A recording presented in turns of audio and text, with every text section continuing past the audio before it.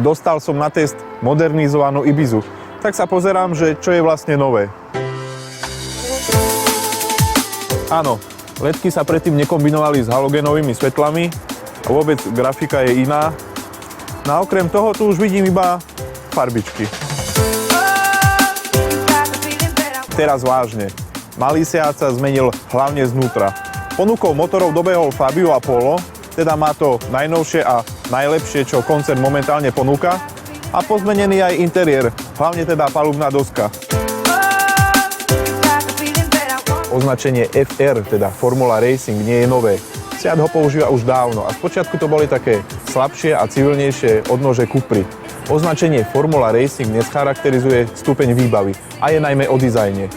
FR-ko môžete mať pokojne aj s 1.2 alebo 1.4 TSI. Toto je ona. To je hlavná novinka omladzovacej kúry. Dizajnéri trochu upratali palubnú dosku, aby sa do jej prostriedku zmestili nové rádia s 5 alebo 6,5 palcovými dotykovými displejmi. Na veľkosti displeja nezáleží, ak chcete mať v aute funkciu MirrorLink. Seat si za ňu pýta malý príplatok, no a potom môžete pripojiť svoj smartfón, určite jablkový alebo iný.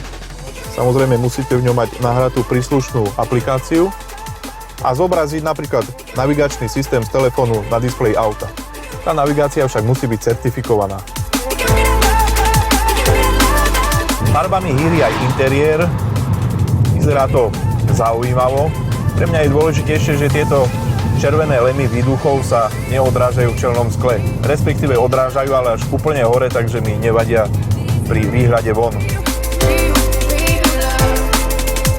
Tých kvázi športových doplnkov je v interiéri dosť.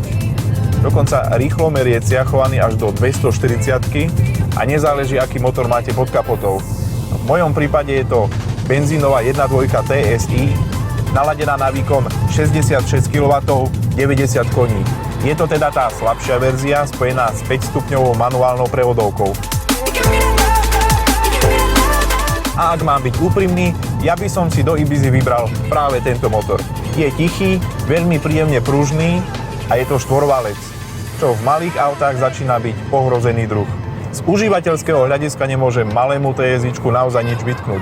Napokon aj spotreba sa drží vo veľmi rozumných číslach, od 5,5 do 6,5 litra na 100 km.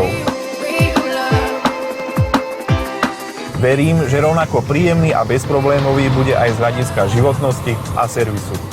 Ibiza je pre mňa momentálne čiernym koňom medzi malými autami koncernu Volkswagen. A to preto, že čím dlhšie v nej jazdím, tým viac mám pocit, že všade prítomná snaha šetriť náklady sa na Ibize príliš neprijavila. Určite nie som prvý, kto kolenom narazil do stredovej konzoly. Aj sa to na nej podpísalo, na nerovnostiach sem tam zavrzga. Jasné, testované auto je prakticky v najvyššej výbave a lacnejšie verzie budú vyzerať možno trochu inak.